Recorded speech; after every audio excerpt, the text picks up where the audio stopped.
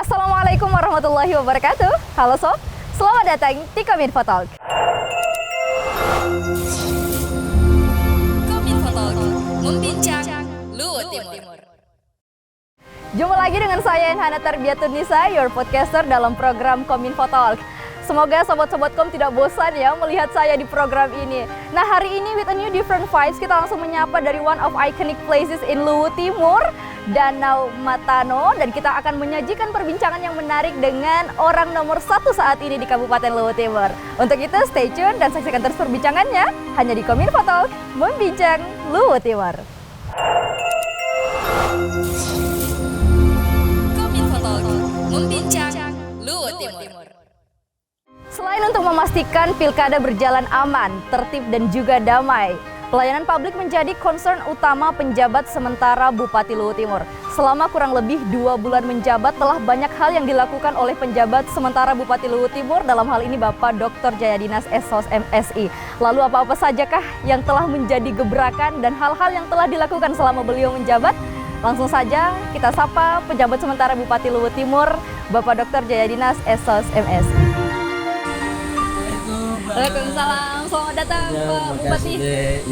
Alhamdulillah kita bisa ketemu di sini ya Pak ya. Alhamdulillah. Alhamdulillah bisa ketemu di sini di sela-sela kegiatan. Ya, saya memang dalam memberikan pelayanan kepada pemerintahan itu berprinsip bahwa kita harus mengetahui apa yang menjadi kebutuhan dan kepentingan masyarakat kita.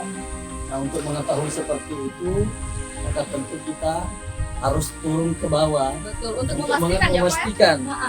apa yang dilapor orang betul sesuai dengan apa yang terjadi di bawah. Mencek dan cross check. Check and cross check. Jadi saya ini kan penganut prinsip check and recheck.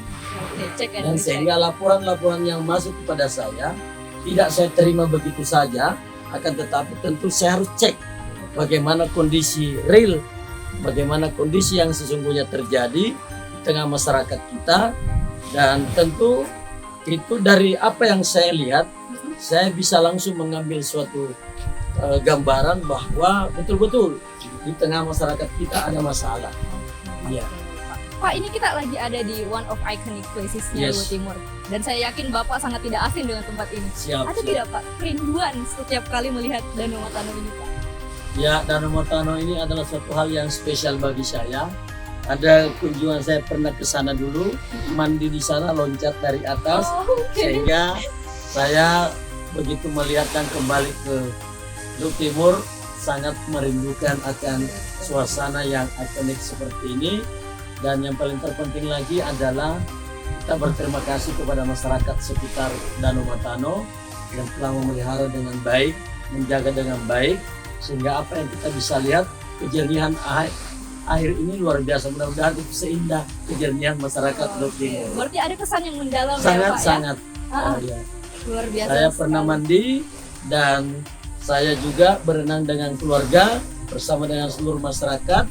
Dan di sini biasa kami ngobrol dengan teman-teman para aparat pemerintah di Kabupaten Luwu Timur untuk mengambil sejumlah kebijakan-kebijakan strategis. Pak, kita pindah kayaknya Pak ya Iya, ke tempat siap. spot yang lebih bagus nih. Siap.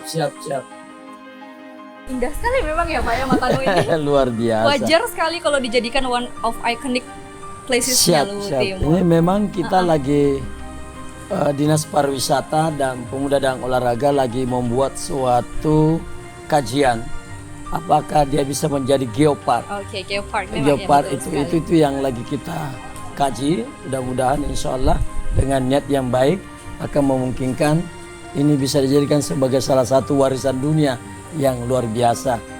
Ya. Pak, tadi di awal kan sudah disinggung nih, saya Pak PJS dalam hal ini Pak Jayadinas sangat sulit sekali untuk ditemui. Siap. Diundang ke studio Kominfo Talk belum ada kesempatan. Kita kunjungi langsung ke kantor. Siap. Bapak jarang sekali ada di Iya, kantor iya. karena memang dedikasinya yang sangat besar untuk Iya. melayani masyarakat Iya. dari Burau sampai Nuha ini ya Pak ya. Siap. Nah Pak, dalam 2 bulan ini Pak, karena kita tadi menyinggung terkait dengan pelayanan publik. Bagaimana sih Pak Bapak memastikan nih bahwa pelayanan publik yang diberikan tetap mengedepankan empati kepada masyarakat? Ya, pertama dulu saya ingin sampaikan bahwa salah satu tugas utama saya yang diberikan oleh Menteri Dalam Negeri sebagai PJ adalah bagaimana memastikan bahwa pelayanan pemerintahan tetap jalan di tengah bupati dan wakil bupati lagi melakukan cuti. Dan itu yang menjadi tugas utama kami. Yes, concern Bahkan utamanya prinsip kami adalah tidak boleh dalam 1 detik pun masyarakat tidak mendapatkan pelayanan. Iya betul sekali. Ini Iya. membuka sekali Pak. Waktu Bapak Itu. awal bertugas di sini, saya sangat langsung, oh Bapak mengeluarkan statement tidak boleh dalam 1 detik pun masyarakat Iya. tidak memperoleh pelayanan. Kenapa itu kami lakukan? Karena memang pemerintahan itu tugas utamanya ada 4. Yang pertama services, Oke. bagaimana memberikan pelayanan, dan ujung daripada services itu adalah keadilan. Ketika seluruh masyarakat kita merasa mendapatkan pelayanan yang baik dari pemerintah, maka pada saat itulah tugas telah terlaksana dengan baik.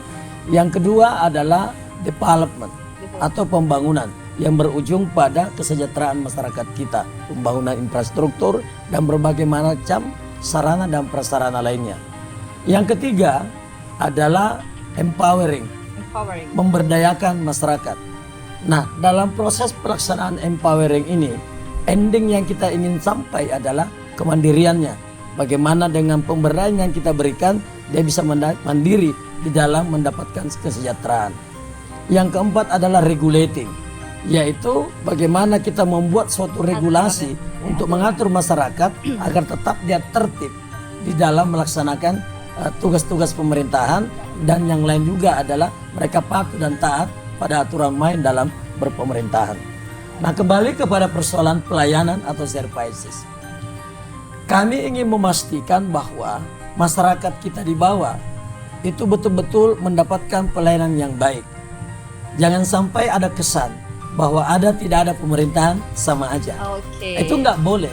Kita harus mampu membangun trust di tengah masyarakat kita bahwa betul-betul pemerintah senantiasa hadir di dalam memberikan pelayanan yang terbaik di tengah masyarakat yang membutuhkan pelayanan. Oke, Makanya berarti memang jadi dari 4 values yang disebutkan tadi Pak, ada services, kemudian development, empowering, dan juga regulating-nya untuk menciptakan trusted government. Apakah ini menjadi alasan Bapak melakukan sidak untuk pertama kalinya ketika pertama kali menginjakan kaki di Luhut Timur, atau seperti apa Pak? Karena ini saya dapat di pemberitaan bahwa PJS Jayadina langsung mengadakan sidak di hari pertamanya tiba di Luhut Timur. Iya, hari pertama memang kami ingin mendapatkan gambaran bahwa apakah sentra-sentra pelayanan pemerintahan, dalam ini adalah kantor-kantor pemberian pelayanan, itu betul-betul para pegawai kita yang diberi tugas untuk melayani itu jalan nggak?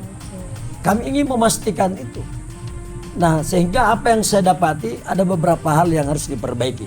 Sehingga saya mengatakan surat edaran pertama yang harus saya tanda tangani adalah surat edaran yang mengatakan bahwa memastikan 1 detik pun tidak boleh rakyat tidak mendapatkan pelayanan pemerintahan.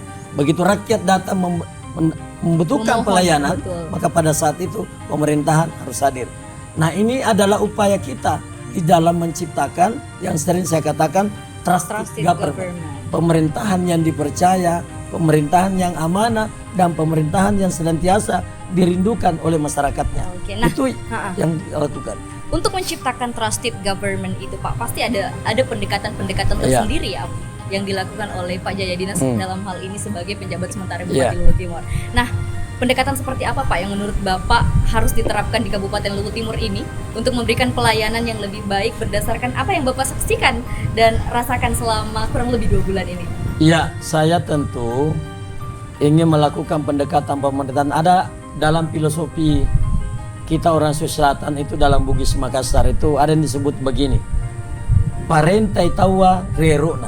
Maksudnya perintah orang sesuai dengan apa yang menjadi kebutuhan dan kepentingan masyarakat. Tidak boleh pemerintah yang memaksakan keinginannya kepada rakyatnya, tapi rakyat yang harus didengar apa yang menjadi kebutuhannya. Nah, ketika kita melaksanakan suatu tugas pemerintahan berdasarkan apa yang menjadi kebutuhan dan kepentingan rakyatnya, maka akan terjadi kesesuaian. Tapi sebaliknya, Kalau kita melaksanakan sesuatu sesuai keinginan kita, belum tentu sesuai dengan kepentingan masyarakat. Inilah pendekatan yang kami coba lakukan dalam rangka untuk mencoba bagaimana menghubungkan antara tugas pokok pemerintah dan apa yang harus kita lakukan sesuai dengan kebutuhan dan kepentingan masyarakatnya. Sehingga betul-betul rakyat mengatakan, wah ini memang betul-betul yang kita butuhkan. Nah, untuk memastikan itu semua, maka kami mendapatkan suatu tips dari Pak Gubernur. Plan, do, check. Plan, do, check. Ya, lihat, rencanakan, kemudian laksanakan, dan cek. Jadi apakah di mana ada masalahnya? Karena kan kita biasa mendengar, biasa melihat ada aksi yang dilakukan oleh masyarakat. Apakah adalah aksi dalam bentuk tuntutan tertulis atau dia yang langsung masukkan demonstrasi. Nah, apa yang kami baca dari itu semua adalah semua ini disebabkan karena ada miskomunikasi atau ada yang tidak sampai kepada masyarakat kita tentang apa yang harus kita lakukan, atau mungkin ada yang tidak sampai apa kepentingan masyarakat beda dengan apa yang kita jadikan kebijakan. Nah, ini yang biasa membuat tidak sesuai. Nah, untuk membuat ini maka plan do check itu yang dijadikan sebagai suatu strategi di dalam melakukan untuk melihat apakah yang kita rencanakan sebelumnya sesuai dengan aspirasi masyarakat, sesuai dengan apa yang kita kerjakan. Nah, kalau misalnya ada buntunya, di mana letak buntunya? Apakah buntunya di perencanaan, buntunya di pelaksanaan, atau mungkin ini ada yang tidak connect, ya lain direncanakan, lain yang dilaksanakan. Nah, itulah fungsinya check and recheck.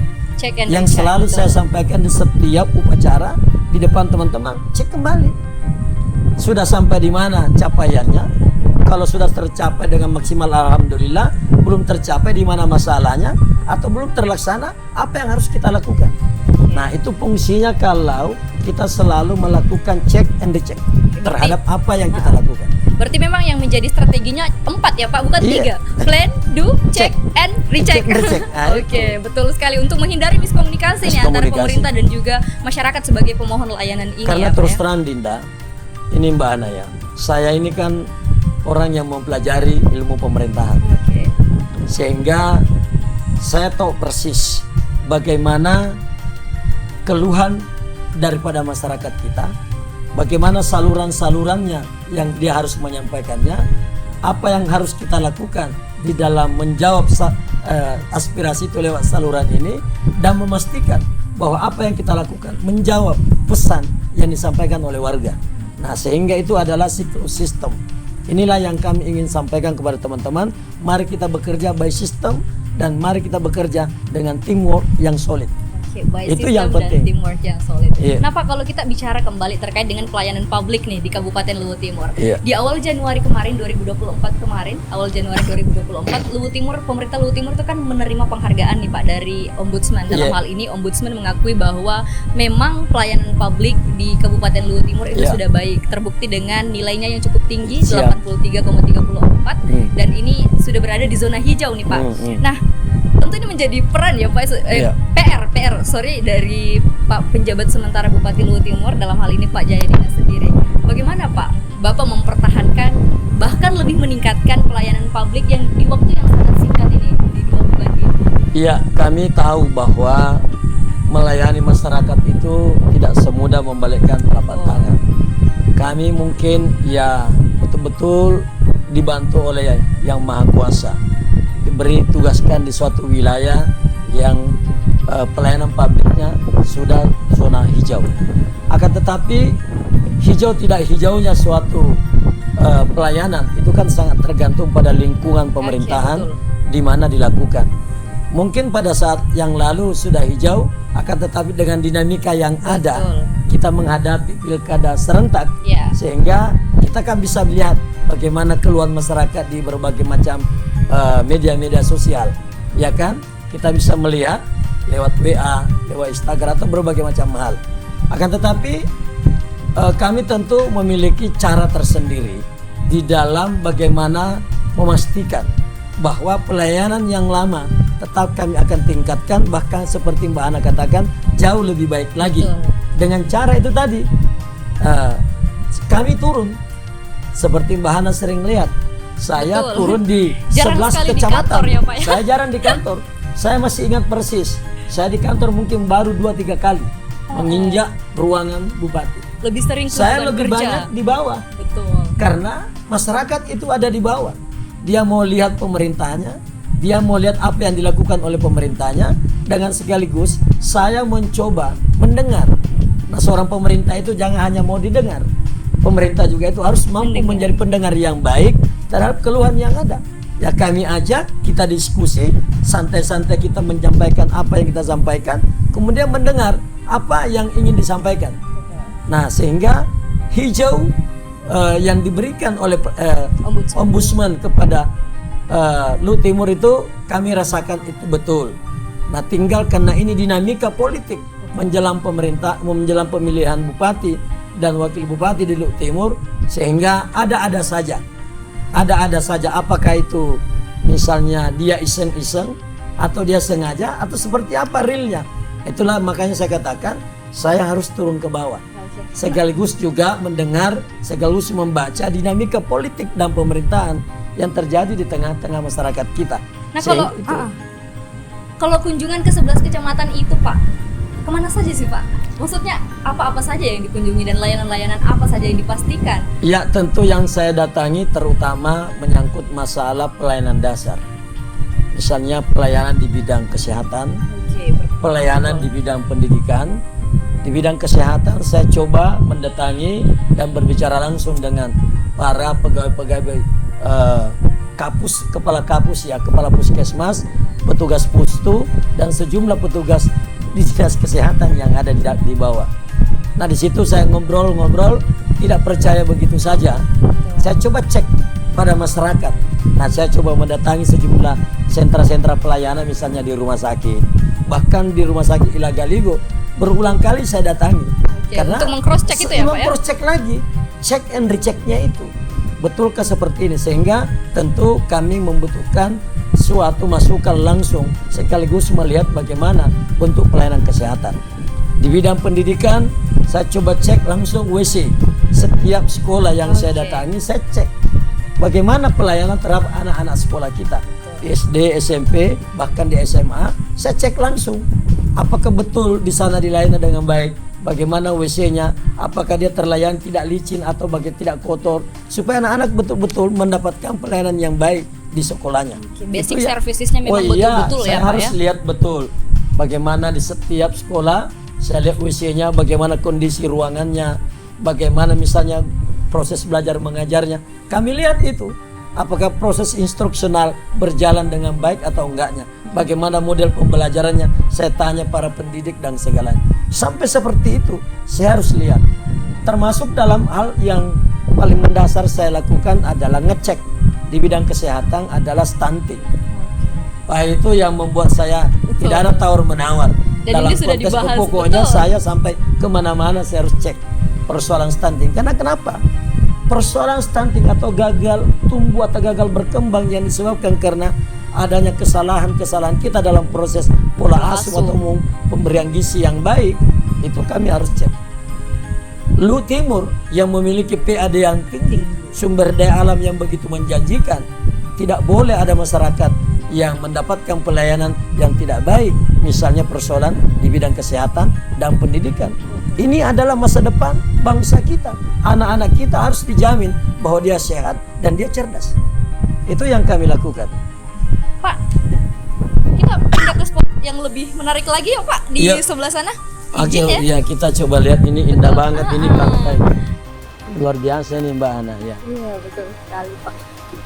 Ini kita lanjutkan perbincangan Pak terkait dengan pelayanan itu. Tadi kan sudah dijelaskan strategi-strategi khususnya, Pak.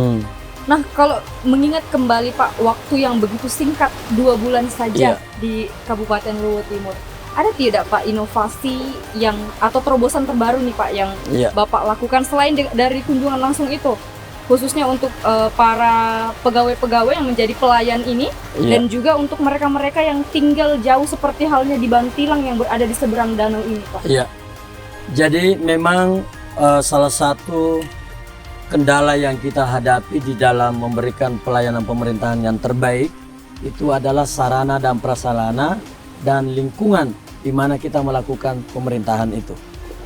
kita bisa melihat bahwa di Luwu Timur ini itu kan ada berbagai macam wilayah yang terpisah-pisah Betul. antara satu kampung dengan kampung-kampung yang lain. Sehingga belum lagi misalnya masih ada sejumlah blank spot yang memungkinkan harus meningkatkan sarana dan prasarana lagi di dalam membuat agar bagaimana teman-teman kita itu bisa berselancar di dunia maya. Nah, hal yang paling mendasar saya ingin titipkan kepada teman-teman di Luwu Timur, baik itu pelaksana pemerintahannya maupun masyarakatnya, adalah kita harus mampu bersama-sama memasuki era yang penuh dengan perkembangan teknologi. Betul. Digitalisasi dalam berbagai hal. Itu yang paling penting, karena suka atau tidak suka, mau atau tidak mau, pasti kita akan memasuki dunia itu. Dan Luwu Timur yang penuh dengan potensi alam yang baik, tinggal kita bagaimana mengembangkan teknologi yang terbarukan untuk mendukung agar aktivitas ekonomi, aktivitas pemerintahan itu bisa cepat dengan cara adalah sarana prasarana yang harus dilengkapi. Itu satu. Yang kedua adalah bagaimana membangun dan meningkatkan pengetahuan dan pemahaman masyarakat kita. Baik itu dalam konteks pemahaman tentang bagaimana tentang stunting. Betul. Karena kemarin itu adalah persoalan mendasar tentang paham nggak dan tidak paham terhadap apa yang dialaminya. Itu yang tugas berat nanti bagi pemimpin yang akan terpilih. Betul siapapun sekali. dia. Itu yang kedua. Yang ketiga adalah kita harus mampu sebagai seorang pemerintah tidak kaku di dalam memberikan pelayanan, bahwa modelnya itu toh. Kita harus mampu membuat suatu inovasi baru ketika misalnya masyarakat tidak mampu hadir untuk kita hadirkan, maka segianya sel-sel aktifnya yang selama ini masyarakat sebagai sel-sel aktif dirubah menjadi pemerintah sebagai sel-sel aktifnya. Masyarakat mungkin sibuk dengan pekerjaannya, dia tidak paham akan bagaimana manfaat terhadap pelayanan yang kita berikan, maka biasa ogah-ogahan untuk ikut. Misalnya bagaimana pelayanan posyandu, bagaimana pelayanan kesehatan, dan sejumlah pelayanan yang lain di bidang pemerintahan. Itu kalau memungkinkan kita sebagai pelayan yang mendekatkan pelayanan pemerintahan itu kepada masyarakat kita. Jadi sel-sel aktifnya yang harus dirubah. Itu yang saya lihat masih terus harus dikembangkan. Ya, yang lain adalah bekerja secara tim. Selama ini ya kita sudah bekerja masing-masing, tapi belum bekerja sama. Nah, untuk bekerja sama harus ada suatu sistem yang membuat kita bahwa lukamu lukaku, keberhasilanmu keberhasilanku. Nah, itu yang harus dicanangkan dengan begitu baik, dan insya Allah pemerintahan ke depan. Kurang apa? Ya, betul. Luwu Timur ini. Kurang apa Luwu Timur ini? Kurang apa? Sumber daya alam yang begitu sangat luar biasa. Yang kedua adalah bagaimana pertumbuhan ekonomi yang begitu baik. Nah, tinggal bagaimana kita mengkampanyekan, tinggal bagaimana kita mempromosikan Luwu Timur ini ke seluruh penjuru dunia, bahwa kalau Anda mau mendapatkan sesuatu yang terbaik, datanglah di Luwu Timur. Tidak sempurna hidupmu sebagai manusia sebelum Anda ke Luwu Timur, lihat bagaimana indahnya Danau Matano, kemudian dipenuhi dengan gunung-gunung yang sangat luar biasa, yang begitu jernih dan airnya sangat dalam, yang terdalam di Asia Tenggara. Nah, ini adalah suatu hal yang sangat luar biasa, yang menurut saya ini jarang kita dapati di tempat yang lain. Nah, yang lain juga Mbak Hana, saya ingin sampaikan kepada kita adalah terkait masalah masyarakat kita harus diyakinkan dengan baik. Oke, berarti ini mungkin menjadi salah satu tantangan ya, PR Pak? bagi pemerintahan berikutnya, itu bagaimana supaya masyarakat diyakinkan bahwa dia butuh pemerintahan. Bagaimana meyakinkan bahwa pemerintahan itu dalam 24 jam senantiasa hadir di tengah masyarakat kita. Ini sangat filosofis tapi dalam, tetapi itu harus disampaikan kepada masyarakat, diyakinkan kepada masyarakat.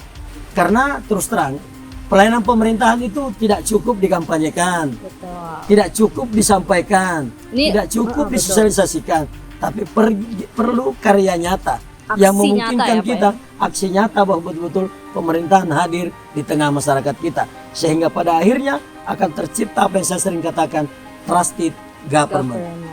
Nah, Itu. sebelum kita mengakhiri perbincangan Ya. hari ini, Pak, apa sih sebenarnya yang menjadi kesan paling kuat kalau disebut Luhut Timur di benak Bapak nih, sebagai orang yang sudah dipercayakan dan diamanahkan untuk menjabat 2 kali Ya. di Kabupaten Luhut Timur Ya, ini? yang paling berkesan kepada saya itu adalah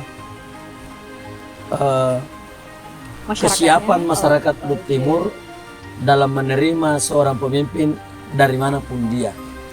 Tapi tentu juga itu tidak terlepas dari kemampuan adaptasi kita terhadap apa yang ada.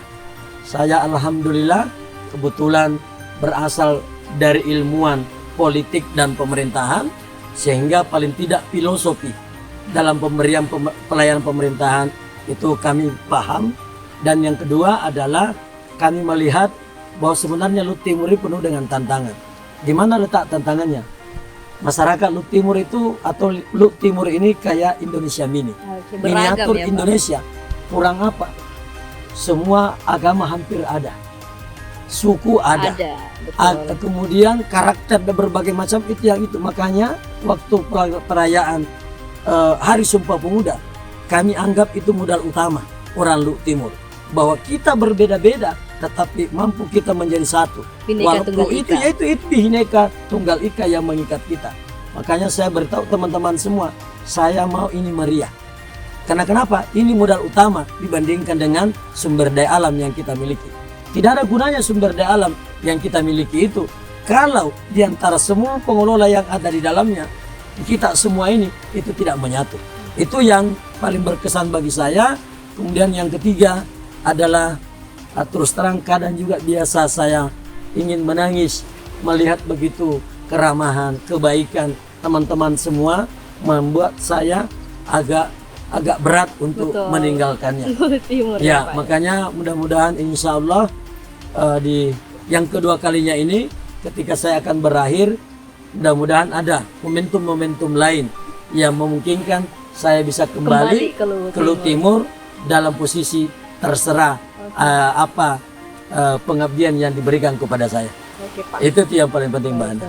Terakhir nih Pak, yang paling penting sekali. Iya. Apa harapan yang ingin disampaikan Pak agar pelayanan publik ke depan itu tetap konsisten melayani masyarakat dengan tulus? Apa hal yang ingin Bapak jadikan warisan kepada pemimpin terpilih ke depannya nantinya yang akan memimpin Kabupaten Luhut Timur? Silakan. Ya, saya hanya ingin menitipkan suatu pesan. Siapapun nantinya yang terpilih menjadi bupati dan wakil bupati, dan kepada seluruh teman-teman pemberi layanan kepada masyarakat, saya hanya ingin menitip, bekerjalah dengan ikhlas, pahami apa yang menjadi kebutuhan masyarakat kita, dan yakinkan masyarakat bahwa pemerintahan senantiasa hadir di tengah-tengah untuk memberikan layanan yang terbaik. Itu yang paling penting, karena terus terang kerinduan kami itu adalah ketika rakyat bekerja dan pemerintah hadir, itu terjadi komunikasi yang baik, dia saling mengasihi, saling mencintai sesamanya, dan melahirkan yang terbaik ketika sekat-sekat di antara kita itu sudah tidak ada lagi. Itu yang paling penting. Jadi filosofi pemerintahan, perintah orang sesuai dengan kebutuhan dan kepentingan. Apa yang menjadi aspirasinya, itu yang dijadikan sebagai dasar di dalam mengambil kebijakan-kebijakan. Supaya jangan lagi ada kebijakan yang dianggap bertentangan dengan apa yang menjadi aspirasi masyarakat kita. Yang terakhir saya ingin sampaikan, Mbak Hana, adalah pemerintahan ini dinamika. Dia akan menghadapi suatu tantangan yang mungkin jauh lebih besar ke depan. Sehingga tetap perlu ada inovasi-inovasi yang kita lakukan di dalam melakukan pelayanan pemerintahan. Ada kreasi-kreasi terbaik dalam melaksanakan tugas pemerintahan, tetapi yang paling terpenting bagi kita adalah layani masyarakat dengan baik. Layani masyarakat dengan baik. Itu tidak ya Pak ya? Siap. Pak Jaya Dinas, terima kasih banyak Pak Bupati sudah meluangkan waktunya di sela-sela kesibukan hari ini. Ya, sembari kita refreshing ya Pak ya. Setelah ini Bapak mungkin melanjutkan kegiatannya lagi. Ya. Luar biasa sekali Pak untuk ilmu yang telah diberikan kepada saya khususnya, dan juga kepada masyarakat yang menyaksikan saat ini. Sekali lagi terima kasih banyak Terima kasih Pak. Mbak. Ya, makasih Dek. Ya. Sobat Kom, pelayanan publik memang menjadi suatu ujung tombak dari sebuah pemerintahan. Sebagai wujud pemenuhan hak dan juga kebutuhan dasar setiap penduduk ataupun warga negara yang menjadi kewajiban dari suatu negara, tak terkecuali pemerintah Kabupaten Luwu Timur. Pelayanan publik yang prima dan on point tentu akan berdampak pada terciptanya kesejahteraan masyarakat dan juga terwujudnya trusted government atau pemerintahan yang dipercayai. Terima kasih telah menyaksikan Kominfo Talk Membincang Luwu Timur. Saya Inhana Tarbiatunisa, your podcaster, beserta seluruh kru yang bertugas pamit undur diri. Wassalamualaikum warahmatullahi wabarakatuh and see you on the next episode.